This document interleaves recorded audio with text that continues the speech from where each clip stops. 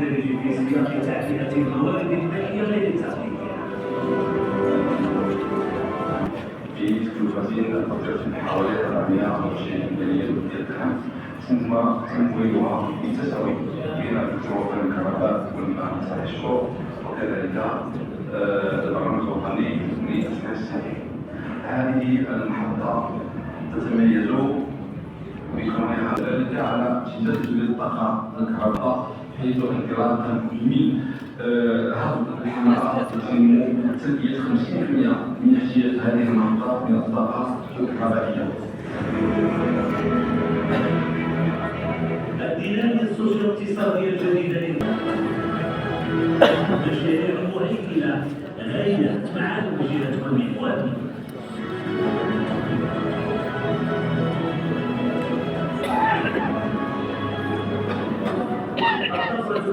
مؤهلاتها وثروتها ومشاريعها المجسدة ميدانيا بفضل النموذج التنموي الجديد جذبت فرص الاستثمار والاعمال في مختلف القطاعات، قوت بها التنميه البشريه المندمجه ضمن المشاريع الرائده المبادره بالمناخ كمحور للتواصل والتبادل بين المغرب وعمان افريقيا.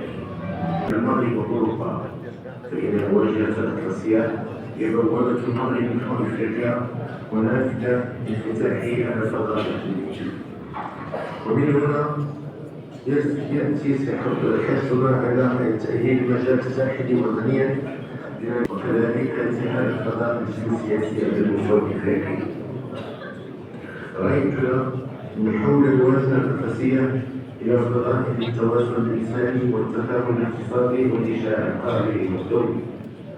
لذا نحرص على استكمال وجازيه عن الأمة المغربية خير الجزاء لما يقدمه لشعبه الوفي في السفر والترحال داخل المغرب أو خارجه.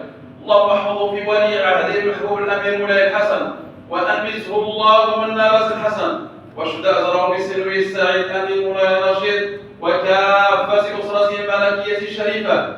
وأمطر اللهم شعابيب المغفرة والرحمة والرضوان على فقيد العروبة والإسلام جلالة الملك الحسن الثاني ومحمد الخامس.